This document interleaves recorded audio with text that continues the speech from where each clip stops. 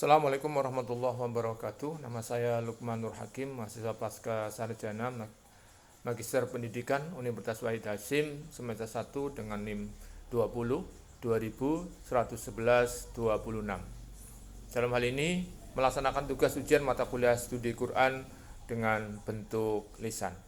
Soal pertama, apakah Al-Quran yang kita baca, kita dengar adalah kalamullah yang qadim?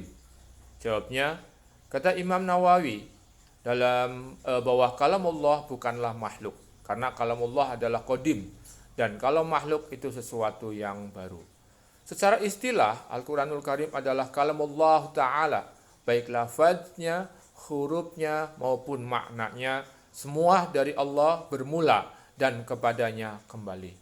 Allah berbicara dengannya, lalu didengar oleh Malaikat Jibril alaihissalam, kemudian dia menurunkan kepada Nabi Muhammad sallallahu alaihi wasallam sebagaimana firman Allah dalam Quran surat Al-Waqiah ayat 77 sampai 80. A'udzubillahi minasyaitonir rajim. Bismillahirrahmanirrahim.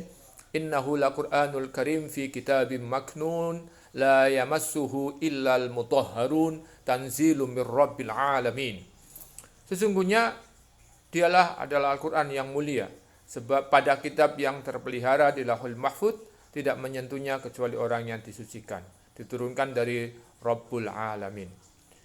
Dan juga firman Allah dalam surat As-Sajdah, A'udzubillahi minasyaitonir rajim. Bismillahirrahmanirrahim. Alif Lam Mim. Tanzilul kitab la raiba fihi mir Rabbil Alamin. Alif Lam Mim, turunnya Al-Quran yang tidak ada keraguan di dalamnya adalah dari Allah Subhanahu wa Ta'ala semesta alam. Adapun Imam At-Tantawi berkata dalam kitabnya Aqidah, Al-Quran bukan makhluk seperti ucapan manusia. Siapa yang mendengarnya lalu menuduhnya bahwa dia adalah ucapan manusia, maka dia adalah kafir. Ibnu Qudamah rahimahullah berkata, Al-Quran Karim adalah kitab Allah yang nyata, tali yang kuat, jalan yang lurus diturunkan dari Allah Subhanahu wa Ta'ala kepada semua alam semesta. Diturunkan oleh Ruhul Jibril alaihissalam ke hati pemimpin para rasul dengan bahasa Arab yang jelas. Dia diturunkan bukan makhluk. Soal yang kedua, apakah para nabi juga mendapatkan ilham? Jawabnya, ilham itu merupakan intuisi, inspirasi, bisikan hati berupa pengetahuan yang diberikan oleh Allah Subhanahu wa Ta'ala kepada hambanya, baik kepada Rasulullah sallallahu alaihi wasallam maupun kepada selainnya. Ilham bagi para nabi dan rasul adalah wahyu, sebagaimana dalam surat Asy-Syura ayat 51. A'udzubillahi minasyaitonir rajim. Bismillahirrahmanirrahim. Wa ma kana li basyarin ay yukallimahullah illa wahyan aw min wara'i hijab aw yursila rasulan fayuhiya bi idnihi man yasha'u innahu aliyyun hakim. Dan tidak ada bagi seorang manusia pun bahwa Allah berkata-kata dengan dia kecuali dengan perantaraan wahyu atau di belakang tabir atau dengan mengutus seorang utusan, dalam kurung adalah malaikat. Lalu diwahyukan kepadanya dengan seizinnya apa yang dikehendaki. Sesungguhnya dia Allah Maha Tinggi lagi Maha Bijaksana. Sahabat Jabir bin Abdullah berkata, Rasulullah sallallahu alaihi wasallam bersabda, Inna ruhal qudus nafsa fi ru'i in nafsa an tamuta hatta nastawwa fi rizqiha fattaqullah wajmilu fil talab.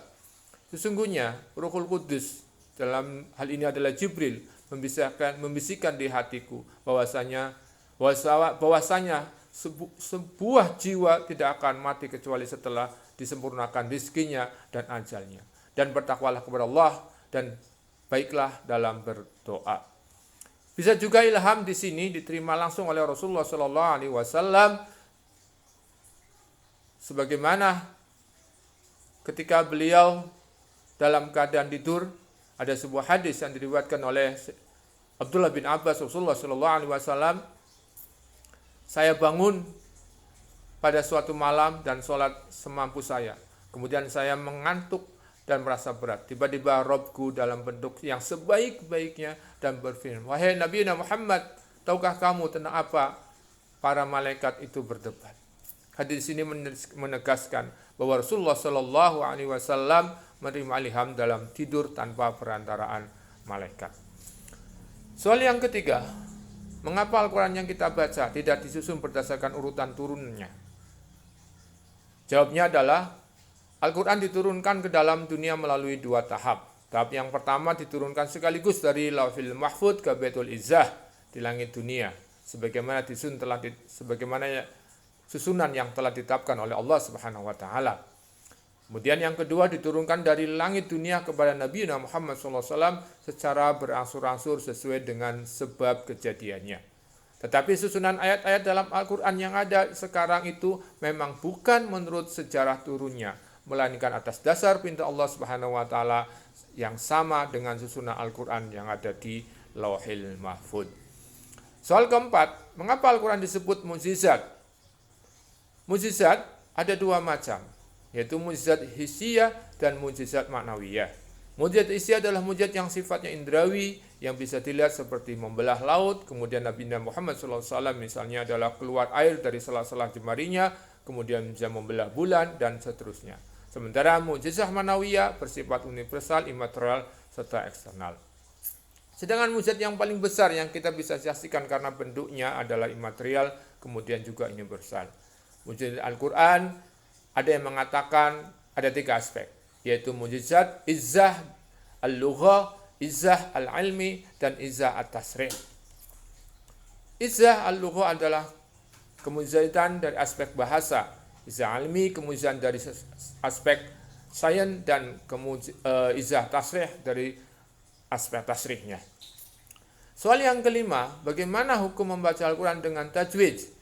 Hukum membaca Al-Quran dengan tajwid menurut ulama qiraah mengatakan wajib, karena dalam kadar untuk menghindari seorang dari kesalahan makna dan bacaannya. Bacaan Al-Quran disunahkan di waktu itu pernah disatukan oleh Amirul Mukminin Sayyidina Utsman bin Affan radhiyallahu di kaum muslimin dalam satu qiraah dengan gaya bahasa Quraisy.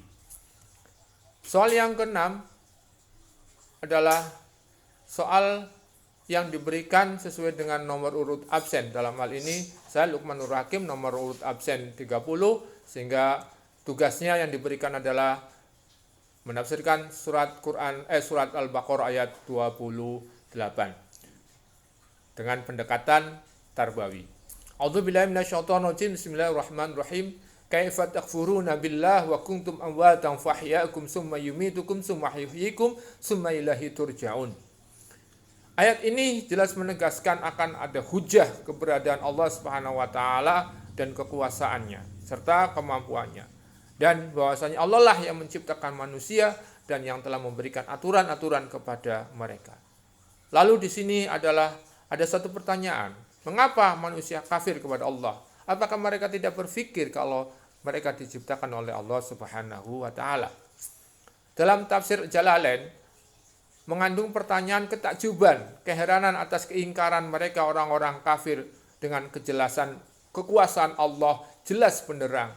Tapi pertanyaan ini dapat bermakna celaan bagi orang-orang kafir yang tidak mau beriman. Profesor Quraish Shihab mengatakan dalam ayat ini adalah perbuatan orang musyrik sungguh mengherankan. Bagaimana kalian mengingkari Allah padahal tidak ada alasan untuk membenarkan keingkaran itu? Bukankah kalian sebelumnya itu mati, lalu Allah menghidupkan kalian dan menciptakan kalian dalam bentuk sempurna?